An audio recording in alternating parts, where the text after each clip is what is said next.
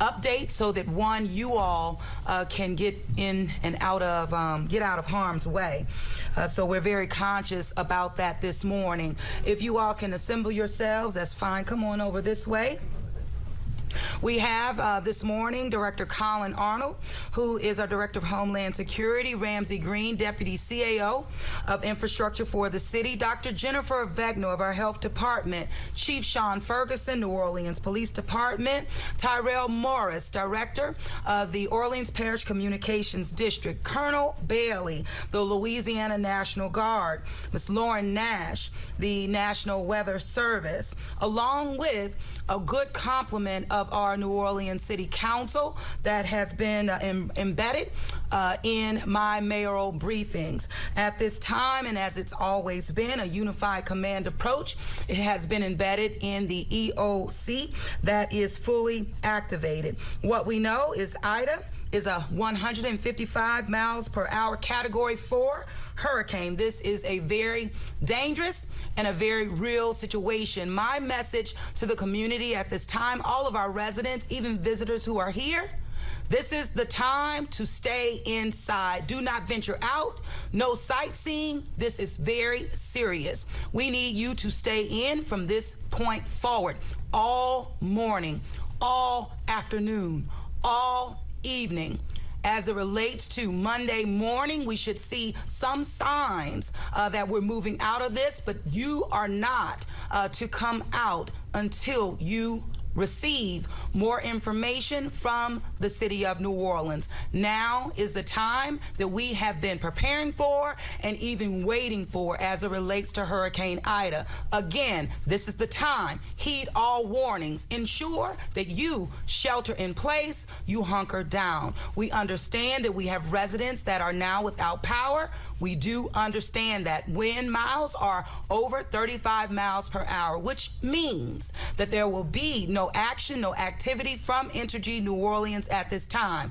Also, as it relates to other responses, the New Orleans Fire Department, we are now on emergency alert. As it relates to 911 calls, you will hear more from our leaders following me. So what I'm going to do now, I'm going to ask Collin Arnold, our Director of Homeland Security, to come forth. We'll move through, trying to be as fast as possible, again, so that everyone can get out of harm's way. Thank you. Collin? Thank you, ma'am. Morning. We've talked for several days. We've gone over this. This is short and sweet. Hurricane Ida is here. Tropical storm winds have arrived. As Ida moves closer, it is near certainly that we will see sustained winds of 75 miles per hour or higher, up to 110 miles per hour in New Orleans. Let me be clear, these are life-threatening winds. They will cause down power lines, structure damage, down trees, and projectiles. You absolutely need to be indoors for the remainder of this storm. Hunker down and stay put. We'll be with you through the storm.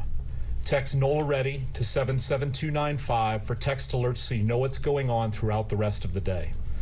Please understand that public safety officials will likely not be able to respond during dangerous conditions. This will likely include overnight when storm impacts have passed, but debris will still be blocking the roadways. It's dangerous now. It's going to be dangerous this afternoon, even more so because of the wind. It's going to be extremely dangerous overnight because of the wind and because of darkness. They're not going to be able to come to you. You need to stay inside until tomorrow. We'll look at this at the first light of day. Our emergency operations center is activated. I've got 70 people up there. They're risking COVID. They're communicating. They're communicating with everyone outside that is working this. It includes infrastructure, transportation, and human service agencies. We are coordinating response efforts. This will include immediate public safety needs throughout the duration of the storm, but as I said, there's nobody coming right now. You need to stay inside. This will also include response efforts that will begin tomorrow. When we come out tomorrow, we can look at this, take an assessment, figure out where we're at, search and rescue operations, potential post-storm evacuations. We can deal with all that, but now is not that time. Now is the time to stay inside. More information will be made possible through every medium that we have, including the media, primarily the media, when we can do that. The most important thing is to stay inside. Thank you. Thank you, And Collin. Ramsey Green, Deputy CEO of Infrastructure. Thank you. Thank you so much, Mayor. To our residents who are both here and outside of our city, it's important to acknowledge our city, again, is in a very different place than it was 16 years ago today. Our levee system, what we call the HISDR system, is strong. It's unprecedented. It is, if not the most powerful, protected system in the planet, it is certainly one of the top of them in the planet, in the country, in the planet. This is a system that, we've done a tremendous amount of data. The folks from both levee authorities, the Army Corps of Engineers, they have great confidence, and we share that confidence. So water coming from outside of the city, penetrating the levee system is not a huge concern. It's not a concern of ours right now. What our concern mostly is, as it relates to flooding, is rainfall cells hitting above our city within the levee system and inundating our city with a high rate of rain. That is water that we cannot protect ourselves from a levee. That is water that falls within our city. At the moment, and Lauren will go over this, we're projected to potentially reach 15 to 20 inches of rain over the period of today and into tomorrow, at times exceeding a rainfall rate of 3 inches per hour, which greatly exceeds our existing drainage ability. What that means is we would see flooding in this city along public right-of-ways, in places where water typically congregates, low-lying areas, etc. Again, stay away, stay safe, wait for that water to go away, wait for it to get pumped out of our city. We had some great news thanks to the incredibly hardworking, dedicated men and women of the Sewage and Water Board. Turbine 4 came back on late last night, so we now at the moment have 72 megawatts or thereabouts of total power dedicated to the Sewage and Water Board, around 50 plus megawatts of self-generated power. Again, it's an incredibly fragile system. That system can change at any point. And what we always have to be prepared for that. Finally, the Sewage and Water Board, the sewer system is entirely dependent upon pumping. And what we're seeing, and thanks to Entergy, they've dedicated 10 generators to ensure our sewage system keeps moving throughout this. We have a tremendous number of people throughout this city who are at home, and they're going to use those systems. And until we give you any additional information, you're good to go in using your water, your sewage systems at home. Stay inside. This city knows how to deal with this. We've had 16 years since Hurricane Katrina to invest billions of dollars into our exterior protection from coastal inundation. Rainfall, rate of rainfall, that is our real flooding concern at the moment. Entergy New Orleans has dedicated over 4,000 out-of-state contractors who are pre-positioned throughout the region, and they are ready to respond to loss of power. So our big threats right now from the infrastructure side are loss of power, flooding in certain parts that you have seen before when we have an excessive rate of rain throughout this city, but we have great confidence. All of the HISDRs, let me add 2 more things, I'm sorry. The HISDR system, all of the gates were closed at about midnight last night. The last gates were closed at midnight, and the outfall pumping stations, the PCCPs that pump water out of our city into Lake Pontchartrain are active and moving. Again, thank you so much to the folks of the flood authorities, the United States Army Corps of Engineers. We have great confidence in any water from coming from out of this city into it. It's the real concern of the water that falls within our city. Thank you, Mayor. Thank you. Thank you. And we're going to keep it going. Dr. Jennifer Vegno.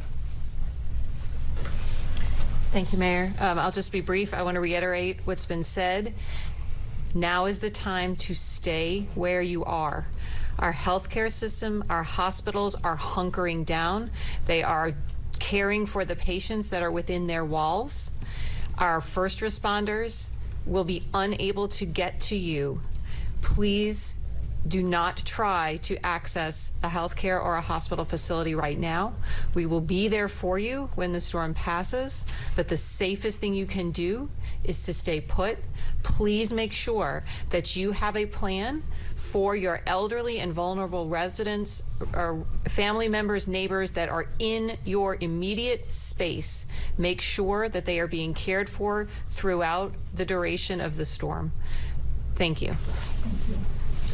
Thank you, Dr. Vegno. And I also need to add, as I've been recently informed, that residents as well as visitors and hotels all throughout the city. At this time, we are asking for water conservation. Water conservation is needed at this time and throughout the rest of the morning, throughout the afternoon, throughout the evening. More information will come as we receive it, and thank you so much. I'm going to now bring up Chief Ferguson.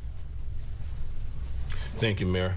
Currently, right now, New Orleans Police Department is operating at 100% all hands on deck, 12-hour shifts. At some point in time, as Collin mentioned earlier, we will have to hunker down, which means that will impact our response. So we are asking you to please, right now, hunker down yourselves. Do not put ourselves, do not put our fire department, do not put our EMS in harm's way as you're putting yourselves in harm's way. Now is the time, and over the next 24 hours, perhaps, we need to, just hunker down. I will say also, we are prepared to assist whatever recovery efforts we will have to assist with after this, but also anti-looting. We will not allow any looting throughout this process, and we will be out there to enforce that. So as I'm asking and begging and pleading with you, please hunker down now, as we will have to hunker down at some point in time ourselves, where we will not be able to respond. But as soon as we are able to do so, as conditions improve, we will be able to do so. But please, right now, do your due diligence. Thank you, Mayor. Thank you, Chief. Thank you so much. Director Morris. Thank you, Mayor. At 10 a.m. this morning, OPCD advised the public of an intermittent 911 outage that we were experiencing calls coming to the center that would begin to drop. We've engaged our technology partners and our state and federal regulators to ensure that 911 service could quickly restored. I'm happy to report about 10 minutes after the reported outage, 911 service in the city of New Orleans has been fully restored at this time. So again, 911 is for life-threatening emergencies only. At this point, I've been speaking for the past 2 days about that point when public safety responses will be reduced or altered. We are at that point. All the public safety agencies at this point are making decisions when or will they will no longer respond. So if you call 911, the call taker may be telling you, we will see you or get to you when it is safe. That does not mean after the storm is over. The moment that our public safety agencies get an opportunity to safely get to you, they will try their best to do so. But please only call us when you absolutely have an emergency. Please don't call 911 also because you didn't evacuate and now you want someone to come get you. I'm sorry, we're past that point. Our advice to you now is get to shelter in place and protect yourself indoors. Do not be outside. Thank you. Thank you so much. And now I have to bring up Colonel Bailey. Excuse me. Thank you, Madam Mayor. Good afternoon, everyone. I'm Colonel Bailey from the Louisiana National Guard. Your National Guard is trained and ready to respond, and we're here with you here in the city of New Orleans on the ground. I have 260 Army and Air National Guardsmen. Those members are staged and stationed throughout the city to respond to activities and requirements immediately after the storm as soon as it's safe. As it relates to our equipment, we have boat teams, high water rescue vehicles, security forces in accordance with or in support of NOPD. We have also, in the event they're needed after the storm, we have helicopters and aviation to follow on with search and rescue as soon as they can fly, and that'll probably be on tomorrow. We're working with the mayor and her staff to facilitate an after the storm, after the event, evacuation and onward integration from MCC for those who wish to evacuate. And I'll close with this very quickly. We're here and we're with you, with your friends, your relatives, your neighbors. I myself, the rest of the Louisiana National Guard, we value every one of you. You all matter, and we're going to protect what matters. Thank you, Colonel. Thank you, Colonel. Lauren. Hi, good morning, everybody. In terms of the weather, everything's pretty much already been reiterated here. You know, potential for sustained winds 74 to 110 miles an hour with possibly higher gust, flooding 15 to 20 inches. Currently, the storm is in the process of moving onshore, I guess you could call it that, in Port Fourchon and Grand Isle, so should be making landfall down there very shortly. Water levels down there are rapidly rising. Wind speeds are also rapidly rising. In terms of winds in the city, we're already seeing 50 to 70 mile per hour gusts. So we are basically there for hurricane force wind gust right now as 11:45 a.m. We're seeing sustained 30 to 40 miles per hour, some more. For those of you in the building, we can hear it outside the windows right now. So as everybody else has been saying, it's only going to get worse from here. Hunker down, be careful, be safe, and we will just be safe after the storm as well if you have generators. The winds will be slow to come down tonight into the overnight hours, and just be prepared for anything at this point. Thank you so much, Lauren. As Ramsey indicated during his briefing, that Entergy New Orleans is on the ready to respond to the needs of our community, particularly right now. That need is with the Sewage and Water Board, and the necessary responses are being done right now. Also, what I would say to our residents, be calm in the midst of this storm. You can be calm. You have everything that you need. We will get through this together. So be prepared, stay where you are, continue to heed the messages that come throughout the city of New Orleans, but we will get through this together. The best thing that I will say at this time is knowing that we have the leadership that is in place on all sides. And I'm very confident in the presence of our New Orleans City Council standing with us as well, as they have always been. Now, I would ask for Councilmember Helene Moreno, who serves as our president, to just represent the council at this time. Councilmember? Thank you so much, Mayor. I would just reiterate, stay home. This is the time to hunker down. As you all know, the New Orleans City Council is the regulator of Entergy New Orleans, so I've been in close contact with its CEO, Deanna Rodriguez. As the mayor has mentioned, she is, and along with her team, all hands on deck on the Sewage and Water Board situation. Preliminary reports, it appears that it's something on the ENO side that they're trying to rectify and restore power on that route. So that's really the latest that I've got. Of course, we'll continue to keep you updated, and just stay safe and stay home. Thank you. Thank you. Thank you all very much, and for the sake of time and for your safety, we'll answer a few questions. And Allison. David Hammer, WWL. Yes, sir. I think we need some clarity on the situation with the Sewage and Water Board power. Is it correct that they've lost power to run the sewage with pumps? And you talked about water conservation, and at one point you said go ahead and use your water and sewer, and then at another point you said conserve. Because we just got information. Exactly. Yeah. David. So on the front end, as Ramsey was giving his update on the infrastructure, talking both Sewage and Water Board as well as Entergy, we were notified of a power outage relative to the Entergy New Orleans side of the operation, just as confirmed by Councilmember Moreno. Those matters we know have compromised as it relates to the sewer system. That's where the request for water conservation came into play. That still remains active at this particular time. Ramsey, anything you need to add, you can do so now. Yeah, real quick. So yeah, David, we just got that, which is why those ENO generators are being deployed. Hopefully we'll get through it, but I think for our residents, an overwhelming approach to this storm. If you don't need to use water, don't use it for the moment, okay? For the moment, if you don't need to use water, just be conservative with it. Thank you, Mayor. I have one more thing to add. Go ahead, Councilman.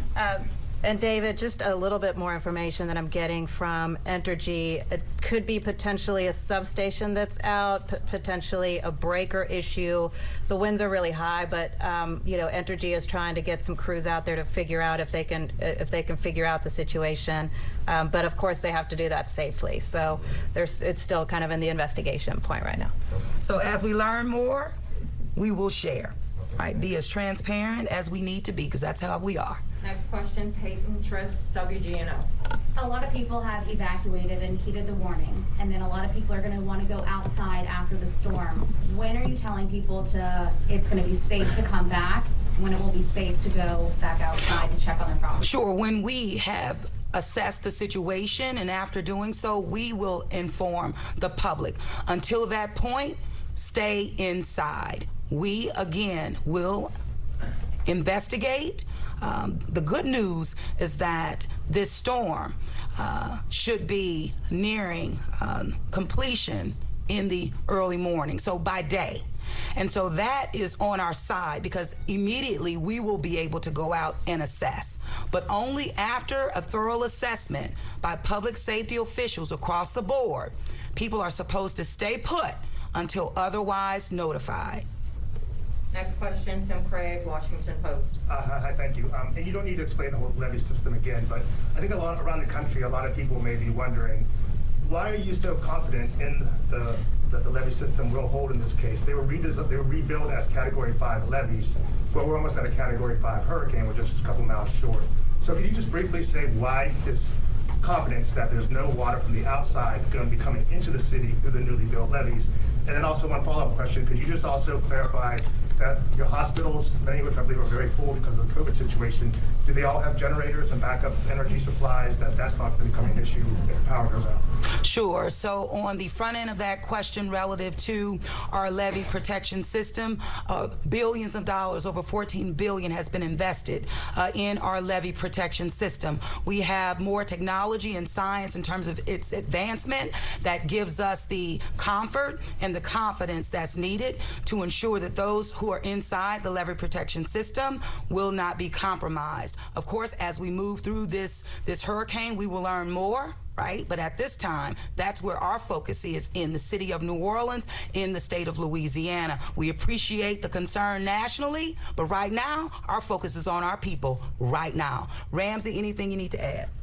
Yeah, I appreciate the question, but, we in this city have had 16 years since Hurricane Katrina to understand the evolving changes between the human-built environment and the changing climate and the changing environment. And thanks to $16 billion plus of federal taxpayer dollars, great science, great analytics, we're really confident that the levee system as constructed now is, we're not confident, we factually know. And much like this city has run COVID, our COVID response embracing data and science, we're very confident that levee system, which as a community, this city went through a lot of very strategic changes from the management of it, from the way people are on the board and all of those things to make it focused on data, science, and logic. And that system is incredibly strong. I've been to the Netherlands, I've seen what they have. The Netherlands use our advisors for some of the construction we've done for HISDers. We're very confident in a way that we have never as a community been before. It's a different time, it's a different place, and we've had 16 years to really protect our city from what occurred tragically on this day 16 years ago. Thank you. Yes, ma'am. And just to the hospital piece, again, kind of echoing this theme, there's no one more prepared in the healthcare system in America than our hospitals, because they all went through Katrina. They have incredibly sophisticated emergency preparedness plans that they get to exercise on a regular basis, because this is not our first threat in the last 16 years. They all have generators. They test the generators. They will utilize the generators if and when they deem that it's necessary. And so again, I can say this from personal experience, as well as professionally, the hospitals are prepared. Thank you, Dr. Vegno. Allison? That's it. Thank you all so much, and you should know that our unified command will continue to be in place. Direct communication with the White House has happened, and we do and will continue with that direct line and link, as well as our Secretary of FEMA. Thank you all so much. Be safe, and we will give you updates as we need to. Thank you. And that wraps up the news conference by the mayor and many of her staff.